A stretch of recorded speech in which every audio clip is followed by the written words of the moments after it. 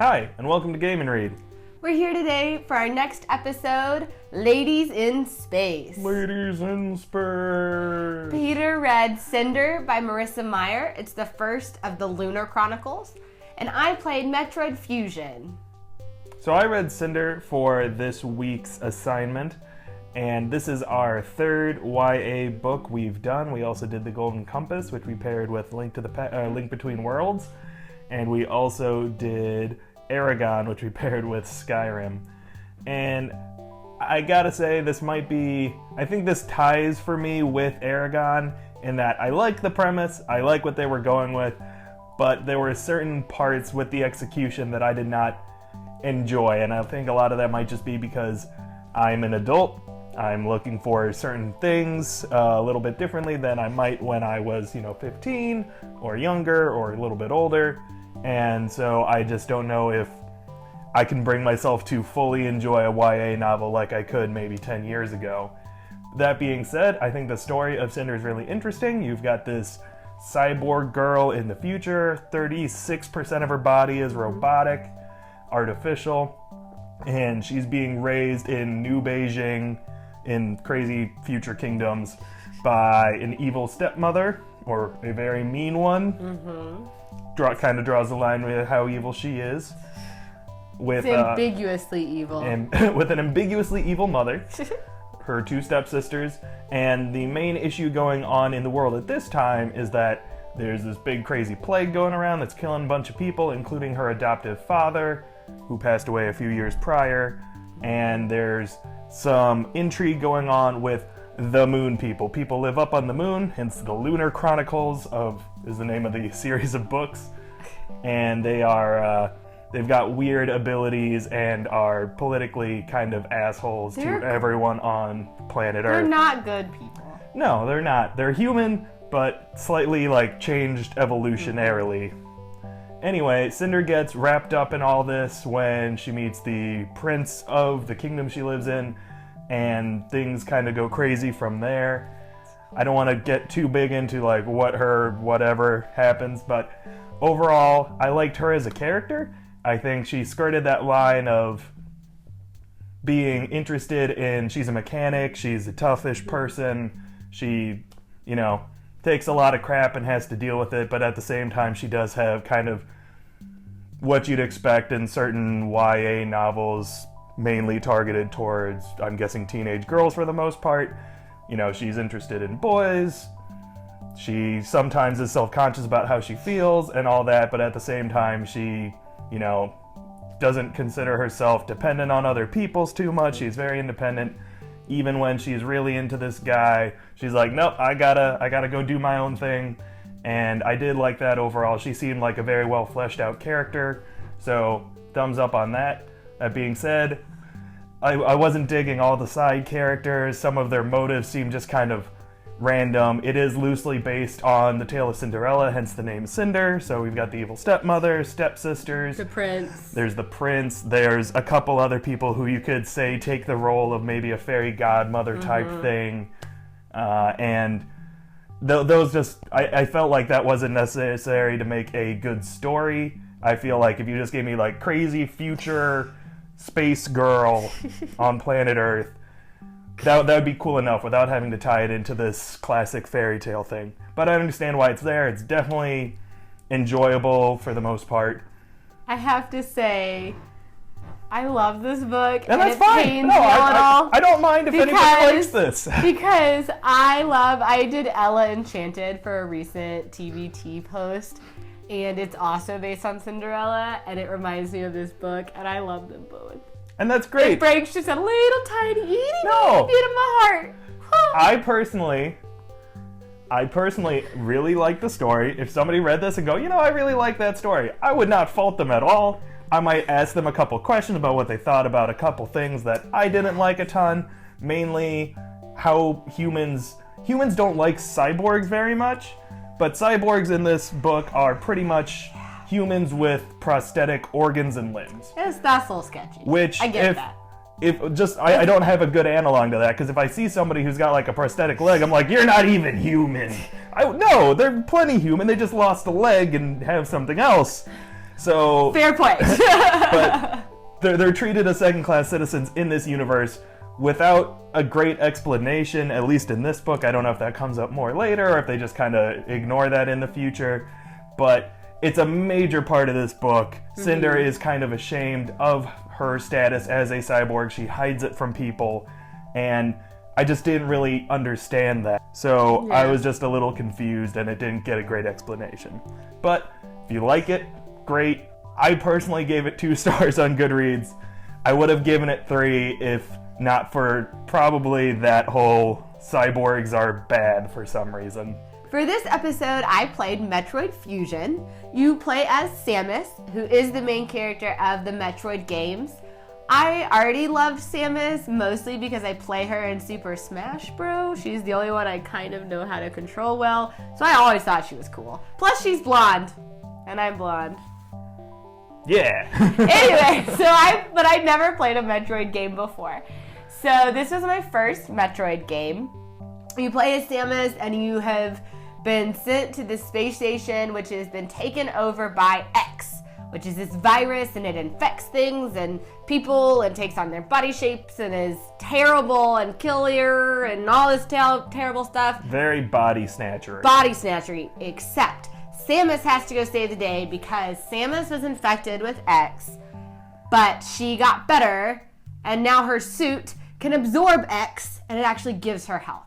So she is sent to the space station to figure out what's going on, to stop the X from destroying everything, and adventures ensue. I had seen Peter play this game a couple months ago. Yep. And I knew it was hard. I swore a lot. But I did not realize how hard it really was until I started playing. So I enjoyed it. The beginning is pretty easy to master the controls, the jumping and the shooting and the going around and all this stuff. And that was great. And then it got really hard really fast. And it's like really great until then you have these crazy things you have to do, and there are fake blocks everywhere, and some of them require powers you don't have yet because you gain powers as you go through it and you're getting stronger, but you run into things that need powers you don't have, and you have to remember and go back because you go through the same 6 spaces over and over again. And it's really hard, and I didn't finish it. Sorry, world. I beat a couple really, really hard bosses that I thought I was done for. I quit on the spider boss, so if you've played Metroid Fusion, that's where I just got super stuck. It was like, I give up, I don't know. But overall, I really enjoyed it for the most part. For a game that was really hard. It was fun being a character that just shoots things and jumps around, and at one point you get a power that turns you into a little ball, so you just roll around pretty places. Early on, yeah. Real Morph early, ball. so that's really cool. I like the graphics and the style. I think the style This is Game Boy Advance era game, so roughly a 16-bit. I think it's a really neat, the way that the colors they use in the different areas, the creatures they have that have been infected. Just, I thought that vibe was really, really cool. And it was a good game. And yeah, the story is not super, super deep. But you really have this interesting plot that's going on that you get hints that not all is what you think it is. And that, no spoilers, because I did watch the end of it. Thanks, gamers on YouTube. So I know what happens. But it's a really cool way of giving you a little bit of story that does have a twist. You get a twist, which is always fun. So overall, Metroid, sort of a success. I give it 4 stars for the 60% that you played. 4 stars and 2 stars. What's the 2 stars fun, for? but it was real effing hard. Yeah. And I wish I'd completed it. And I didn't. So after playing and reading these 2 pieces, we realized, and we kind of knew this going in, that the plots don't really mesh well. Samus, we know very well she is an established space bounty hunter, already, pretty kick-ass. Well known. Yeah, well known. has been around for a long time, yada, yada, yada. And we knew Cinder being based off Cinderella, even with future space and cyborg stuff, isn't going to line up perfectly with any Metroid game that I have heard of. I don't know the plots of all of them, but I would be surprising. If there is a Cinderella-themed Metroid game, I want it. That'd be weird. Anyway, we looked into this more as a pairing of the two characters. We've got Samus, Space Bounty Hunter. In this game, she actually becomes fused to her suit. It becomes like part of her, and that's unusual. And we've got Cinder, who is cyborg, dealing with being a teenager in the future. And a cyborg. And some weird space stuff going on with that too, a plague to deal with. And so we thought that the two of them together actually pair fairly well as just characters. One way they fit together is in their rejection of certain feminine characteristics, or their fight against it. So with Samus, she, like Peter said, is a space bounty hunter. She's a kick-ass lady. It was a big twist in the first Metroid game where at the end she, takes off her suit and it's a woman in like a little bathing suit and she's like, yeah! It was not, hinted at earlier on in that game. Her gender is not really important for what she's doing. No. She's a space bounty hunter in a suit. She's in the suit the whole time. Right? It doesn't look like a person other than just it's a human form, right. So she is that character is kind of pushing back against her gender identity as being a defining aspect of her identity.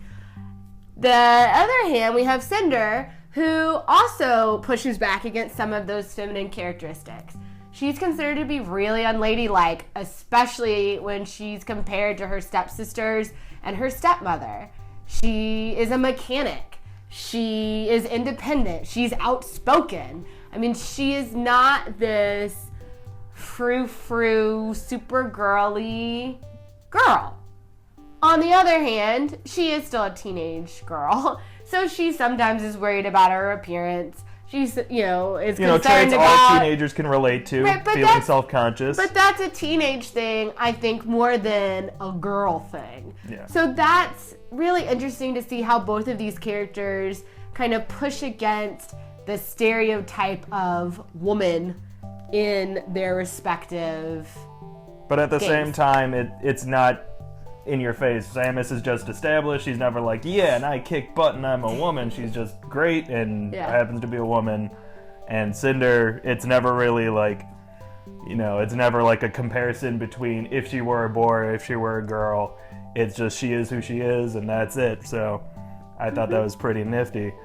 Additionally, I saw the two of them as possibly even stages of a kind of the same character at different points in their life. Cinder is a teenager, Samus is an adult. Cinder is learning to kind of use her mechanical abilities and getting better with them along the way, especially at the end. There's some additions going on. Whereas Samus is established, she knows how to use her abilities, her mech suit, not her mech suit, her whatever suit, I forget what it's called. And I kind of see them almost as, if Cinder were 20 years older, she could basically be the same character as Samus, but in this book. And so I thought that was actually a pretty interesting way to put them together. And this is kind of related to plot a little bit, but both Cinder and Samus are being used by entities and organizations larger than themselves for purposes that are not so beneficial to them. And they're being misled at the same time. And they don't really understand their full, the scope of their role in what is unfolding until they are already super deep in it. Yeah. And once they're super deep in it, they have to figure out how to get out of it, or how to subvert it, or how to take back their own agency. Yep. And they both do in different ways, but they both, once they realize what is really going on and who is using them and what they're being used for, they figure out a way to reclaim agency and do what they feel and think is right. Yes. And I think that's a really great characteristic for both Samus and Cinder in Metroid and in the book. Yeah. And in the Lunar Chronicles, I've read almost all of them. I haven't read the last one, but that's a really great pattern that Marissa Meyer puts in her female characters, who are all based on fairy tales. And they all are embroiled in this really complicated thing, but they all find that way to take agency and do what is right, even if it's going to possibly get them in more trouble. Very literal fights for independence on both ends. So that's about all we have for today. You can see all of our other posts. We're doing weekly posts. Erin just put up her whole month of January wrap-up. Read 16 books. If you want to hear her thoughts about them, you can check that out on gameandread.com. And you can follow both of us on Twitter. I'm at emerch. And I'm at Nerd in the World. We'll see you next time. Thanks for watching.